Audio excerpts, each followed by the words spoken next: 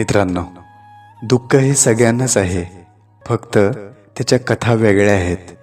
कोणी डोळ्यात साठवतं, कोणी हास्यात लपवतं, कोणी शांततेत उराशी बाळगून जगतं, तर कोणी शब्दात मोकळीक शोधतं. कधी वाटतं एखाद्याचं जीवन खूप सुंदर आहे, पण त्या सुंदरतेआडही एक वेदनेचा कोपरा असतो. म्हणूनच कोणाचंही जीवन पाहताना थोडं हळवं व्हावं, कारण कोण कशाला लपवून बसलंय हे आपल्याला कधीच ठाऊक नसतं. दुःख सगळ्यांकडे असतं, फक्त काहींचं दिसतं आणि काहींचं लपलेलं असतं.